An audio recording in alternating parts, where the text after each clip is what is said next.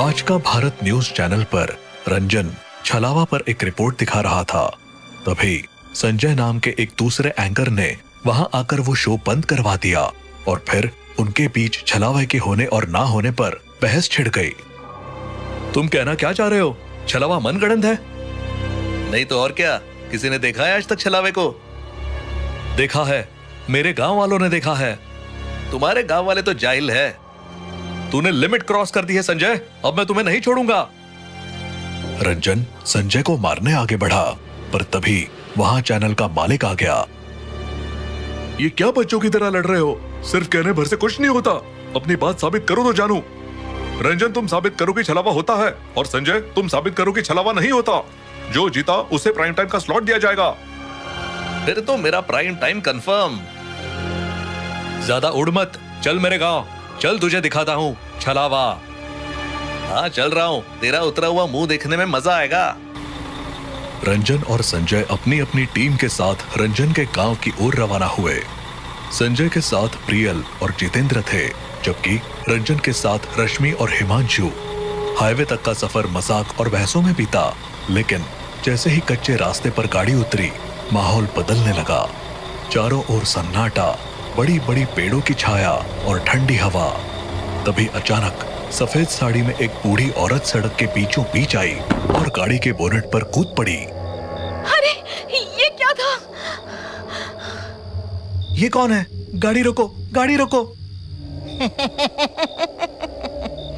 अरे रुकने से अब कुछ नहीं होगा, छलावा तुम सबको नहीं छोड़ेगा। ये औरत कौन है? क्या कह रही है ये? कुछ नहीं, ये सब पागलपन है। बूढ़ी औरत बोनेट पर बैठी डरावनी हंसी हंस रही थी और लगातार डरावनी बातें कर रही थी। छलावा छलावा ऐसा छल करेगा कि तुम अपनी असलियत तक भूल जाओगे। सभी लोग सहम गए, लेकिन संजय अब भी नहीं डरा। उसने गाड़ी से उतरकर बूढ़ी औरत को हटाने की कोशिश की। हट यहाँ से, वरना पुलिस बुलाऊंगा। ये वही औरत है जिसके पति को छलावा ने मारा था, तब से ये पागल हो गई है। ये सब बकवास है, छलावा फलावा कुछ नहीं होता। संजय ने किसी की बात नहीं मानी और बूढ़ी औरत को जबरदस्ती हटाकर गाड़ी चलाने लगा। बूढ़ी औरत ने जाते जाते जोर से कहा, तुम सब बर्बाद हो जाओगे, वो किसी को नहीं छोड़ेगा। अरे बाप रे, क्या औरत थी ये? मेरी तो जान ही निकल गई थी। चिल, वो बस पागल थी और कुछ नहीं। गांव पहुंचने पर सबने लोगों से छलावे के बारे में पूछा। कुछ गांव वाले चुपचाप मुंह बनाते हुए निकल गए, कुछ डरकर भाग गए और कुछ बोले, तुम शहर वालों को क्या मजाक सूझ रहा है? छलावे का नाम मत लो, यहाँ उसका नाम लेना भी अपशकुन होता है। हमें मरना नहीं है भैया। उन लोगों ने कई लोगों से बात करी और तब आखिरकार एक बूढ़े आदमी ने बताया कि छलावा रात को शहर और गांव के बीच वाले जंगल में दिखाई देता है, पर वहां जाना मतलब मौत को बुलावा देना है। लेकिन हमें जाना होगा। जाना तो होगा, तुझे गलत जो साबित करना है तो तय रहा, आज रात वहीं चलते हैं। बूढ़े आदमी ने उन्हें कई बार चेतावनी दी, लेकिन वो नहीं माने। रात के घने अंधेरे में वो सभी उस जंगल की ओर बढ़े। घना जंगल सन्नाटे में डूबा हुआ था। जुगनुओं की हल्की रोशनी और सूखे पत्तियों की चरबराहट माहौल को और डरावना बना रही थी। सबने अपने अपने कैमरा तैयार रखे थे ताकि हर पल रिकॉर्ड किया जा सके और बाद में न्यूज चैनल पर दिखाया जा सके। देखो, यहाँ तो कुछ भी नहीं है। थोड़ा इंतजार करो, सब्र का फल मीठा होता है। लेकिन ये जगह कुछ अजीब सी लग रही है। हाँ, लगता है कुछ गड़बड़ है। तभी दूर से एक चीख सुनाई दी। सबके दिल की धड़कनें तेज हो गई। ये क्या था? ये कौन चिल्लाया? अचानक एक आदमी दौड़ता हुआ उनकी तरफ आया। उसकी हालत खस्ता थी, कपड़े फटे हुए थे और चेहरा खून से सना हुआ। मुझे छलावा ने पकड़ा था, जैसे तैसे जान बचाकर भागा हूँ। कोई छलावे से बच नहीं सकता, ये पक्का वही है। सब लोग पीछे हटो। Oh my God! तभी वो आदमी जोर से हंसने लगा। मैं ही छलावा हूँ और अब तुम्हारी मौत का समय आ गया है। देखा, ये है असली छलावा। भागो यहाँ से। संजय ने अपनी पैंट से पिस्तौल निकाली और उस आदमी पर तान दी। अगर तू छलावा है तो गोली से मरेगा नहीं, देखता हूँ। जैसे ही संजय ने ट्रिगर दबाने की कोशिश की, वो आदमी चीख पड़ा।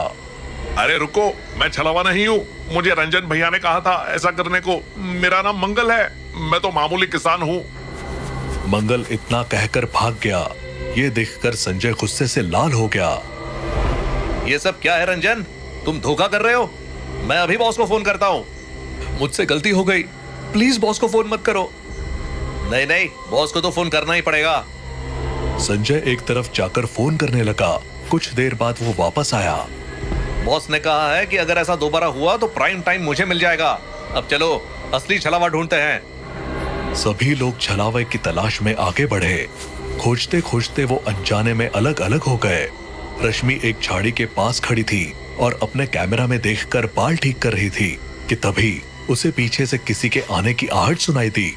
उसने पलट कर देखा तो सामने एक अजीब सा आदमी खड़ा था, जिसके चेहरे पर बाल पड़े थे और उसकी आंखें लाल थी। कौन हो तुम? दूर रहो! रश्मि ने भागने की कोशिश की, लेकिन उस आदमी ने उसे पकड़ लिया। उसने अपने लंबे नाखून रश्मि के गले के आर पार कर दिए। रश्मि की चीख सुनकर बाकी सब वहां पहुंचे। रश्मि, ये क्या हुआ? देखा, छलावा ने रश्मि को मार दिया। रश्मि की लाश देखकर सब सन्न रह गए। ये छलावे का काम नहीं है, ये किसी जानवर का हमला है। गले पर निशान देखो। लेकिन रश्मि का कैमरा कहाँ है? अरे हाँ, उसका कैमरा तो गायब है। घने जंगल के बीच चारों तरफ डर और सन्नाटा पसरा हुआ था।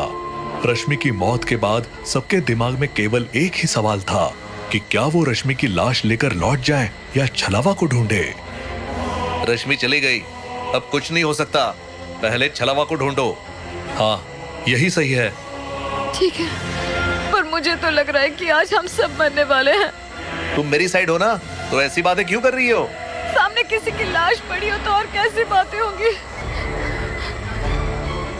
प्रियल ने अपने बैग से एक दुपट्टा निकाला और रश्मि की लाश को ढक दिया। सभी आगे बढ़ने लगे। तभी हिमांशु का फोन बजा। वो बात करते करते बहुत धीमा हो गया और बाकी सभी आगे निकल गए। हिमांशु फोन पर बात कर ही रहा था कि अचानक किसी ने उसके दोनों पैरों को जोर से पकड़ लिया। वो मुंह के बल जमीन पर गिर पड़ा। उसने जल्दी से उठकर पीछे देखा, लेकिन वहां कोई नहीं था। उसका दिल तेजी से धड़कने लगा। कौन है वहाँ? वो तेजी से आगे भागने लगा, लेकिन अचानक किसी ने उसे पीछे से धक्का दे दिया। वो फिर से गिर पड़ा। उसने चीखते हुए रंजन और संजय को पुकारा। रंजन, संजय, मेरी मदद करो। हिमांशु जैसे तैसे उठकर खड़ा हुआ तो उसने देखा कि वही अजीब आदमी जिसके चेहरे पर बाल पड़े थे उसके सामने खड़ा था। वो चपटा और हिमांशु को पकड़कर जमीन पर गिरा दिया। उसने हिमांशु का चेहरा नोचना शुरू कर दिया। हिमांशु की चीखों से जंगल गूंज उठा। बाकी सब उसकी चीखें सुनकर वहां पहुंचे, लेकिन उन्हें सिर्फ वहां हिमांशु की लाश मिली। उसका चेहरा इतना बिगड़ चुका था कि पहचानना मुश्किल था। ये क्या हो गया? और हिमांशु का कैमरा भी गायब है। ऐसा लगता है छलावा हम में से ही कोई एक है। चुप रहो रंजन, मुझे तो लगता है तुम छलावे को साबित करने के लिए लोगों को मार रहे हो। तुम एक कातिल हो। प्राइम टाइम के लिए इतना तो मत गिरो। Shut up. चाहे जो हो, कातिल तो यही है। What the hell?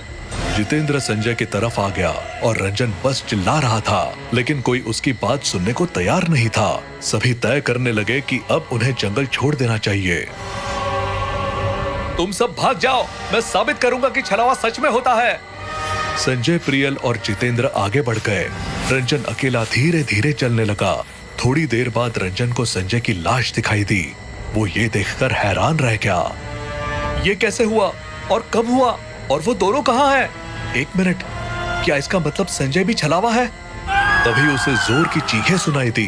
वो दौड़कर उस जगह पहुंचा जहां प्रियल और जितेंद्र की लाशें पड़ी थी और पास में संजय खड़ा हंस रहा था। हे भगवान, ये क्या किया तुमने? मैं ही छलावा हूँ और अब तुम्हारी बारी है। रंजन ने तुरंत अपने बॉस को वीडियो कॉल लगाया। मैं सबूत के साथ साबित करूंगा कि छलावा असल में है।